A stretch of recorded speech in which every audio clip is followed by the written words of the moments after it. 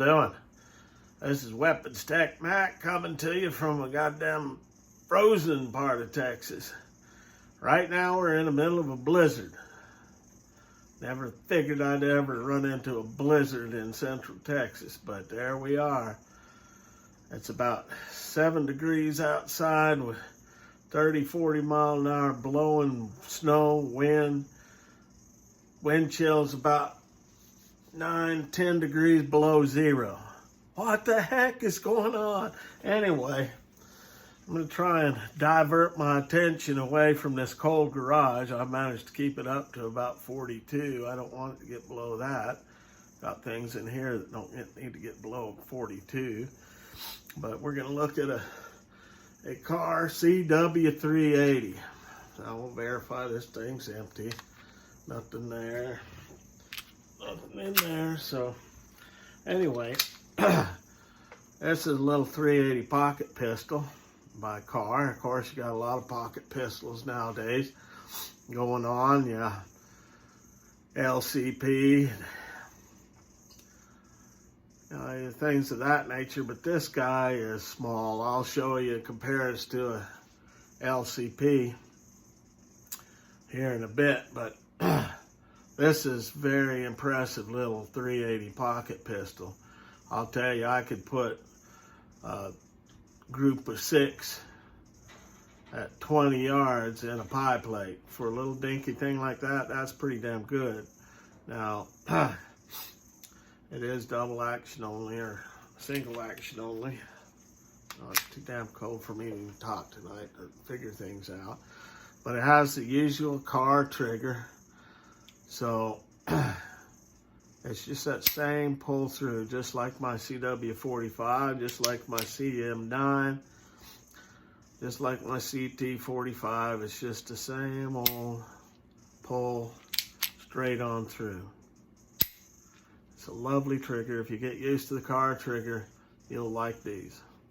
Now this does have a 6+1 right here, single stack mag, 6+1. You get extended mag of 7.1. Of course, it hangs down a little bit,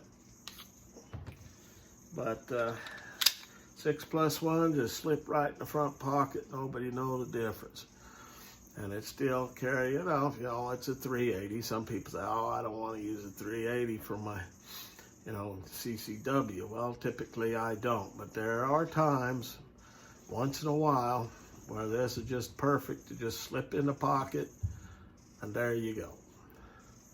Now, I put Talon grips on it, just like I've done with most of my pistols, because it makes it easier to hold on to. I'll tell you, if you get a Kahr pistol, their grips are very, very aggressive, and they can wear on you, especially up against your body, or some people even have issues with their hands. The talons will calm that right down.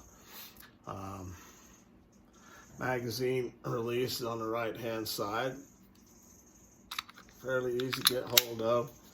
Slide stop, right hand or left hand side, left hand on both, my bad. And this pulls apart. You pull that slide stop out, and it has a pin, and the whole thing comes apart. But this is a sweet little pistol. I picked it up used, and I mean, you can pick these up back in the normal times for about $300, maybe a little bit more. But it's good quality pistol, and it shoots real nice, especially for a little pocket pistol. I'm gonna take good aim with this sucker, and I'll hit what I'm shooting at. Whereas with the LCP, if they're farther than 6 feet away, it's hit or miss thing, especially with them sights on the LCP. This at least has some sights that are, figurable. Got the dot on the front, a single line on the back. These line them up. That's your usual factory Kahr sights. But yeah, if you ever get the need for a little pocket pistol, you might check out one of these guys, especially that trigger. I love that trigger. If I can, some people get used to the trigger. And the reset, standard Kahr resets almost all the way back, and there you go. That's all. We'll show you the shooting of a couple of weeks ago. I took this out, and then I'll do a comparison with an LCP, and then do kind of a, break down nuts and bolts, and then finish it up. And I'm not going to do it tonight. It's too damn cold out here. And I hear they've been doing rolling brownouts throughout the area because the whole state is under a winter storm watch. So anyway, I'll kind of sign off here off of this at a cold Central Tech. Yeah, just lovely out here, isn't it? I figured you'd see a blizzard in freaking Central Texas. Give me a break. All right, so here we come from a frozen tundra of Central Texas. We've survived a hell of a few days, I'll tell you. Now we got a damn ice storm hitting us. We've gone, some folks, almost 36 hours without electricity. I've been pretty damn lucky. I haven't lost my electricity right here, but people all around me have. Finding out who's prepared and who's not. I'm wondering how many people are going to end up dead because of some freaking idiot relied too much on wind and solar power, but that's an argument for somebody above my pay grade, I guess. But I'm originally from an area much colder than this, so when I saw this was coming in, we prepared best we could. And I think we've held up pretty good. But anyway, on to the CW380. We'll verify he's empty again. Now right now outside, it's got an ice storm going on. I've got the garage up to about 45 degrees, so it's a bit cool out here still, but at least the wind isn't raging out there like it was a couple of nights ago. All right, so let me bring you in a little closer on this guy, and then we'll give you the what furs on it. Okay, so this is a 380 pistol, double action only. Barrel length is a little over 2.5 inches long, and the capacity is 6+1 with this particular mag, although you do have another mag of 7+1. It has no manual safety. Grips are black polymer. Of course, I put the Talon grips on it.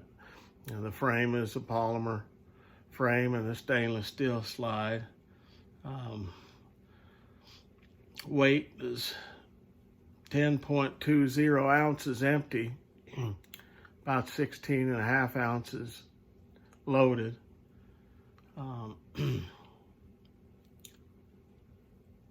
This is a heck of a little pocket pistol.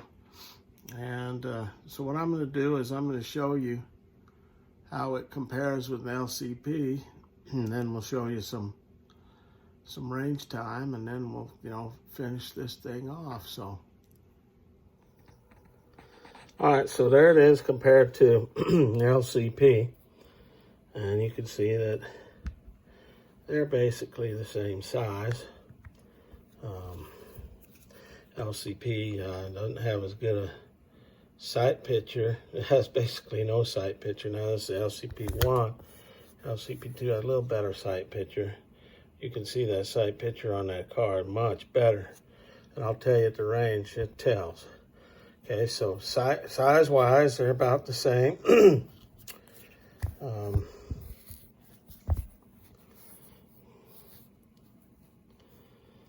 I just like shooting the Kahr much better. The LCP is a little snappy. The Kahr doesn't seem as snappy.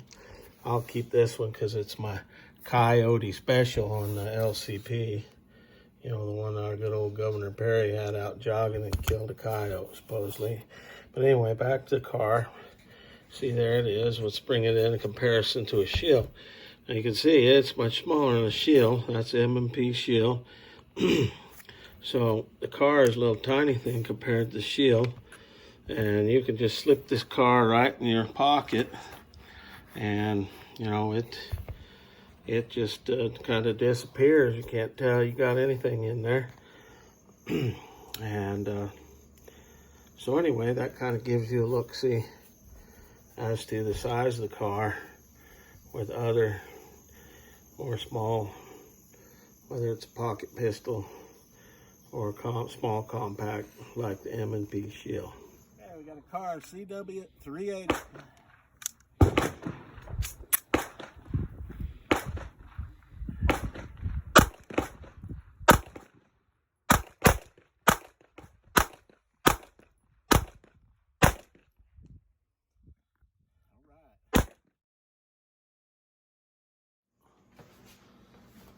All right, so kind of do a final wrap on this little Kahr CW380. Now this is a budget version. It's about half price of their, you know, the PC380 or whatever they call that thing. I know that's going for over $600. You can get this for, when it's in stock, for about $325. And pretty much they're the same. I know the fancier version has a little bit different barrel, and it's got nice engraved stuff in instead of just rolled like this. But you know, with a fancy barrel, who needs that in a pocket gun? And I believe the high dollar version has night sights. Well, this doesn't. But again, it's a pocket gun. I just really like the Kahr trigger. Just straight up about 6.5 pounds. Same every time. Doesn't matter which Kahr you got. The trigger is pretty much the same. And the thing that surprises me about this little 380, like I mentioned a little earlier, doesn't seem as snappy as that LCP. That LCP is not a fun gun to shoot. Okay, now it is a little guy, hide away in your pocket, that sort of thing. But this is just as small, weighs an ounce or so less, and it can hit stuff out to 15, even 25 yards. Where that LCP, you don't know where the hell that stuff's going to be flying. So I would, if you're looking for a pocket pistol, this might be your beggar. You know, you got to get him in that break-in time period of at least 200 rounds. After you get past that, you know, some of them, I mean, you start right out from the factory right fresh and there's no problems, but some of them, they need that break-in period before they start running proper. Now, like I said, I picked this up used, so I don't know how many rounds it had through it. I don't expect there was that many. The interiors and such don't look that worn out, so I guess since I've had it, I've put probably 200 rounds through it, and I haven't had any problems with it, really. And so you'll be able to see from the shooting video that this little guy can hold its own and be pretty damn accurate when you're shooting it. So this is Weapons Tech Mac, coming to you from the frozen tundra of Texas. As always, God bless Texas, God bless the United States, and long live the Republic.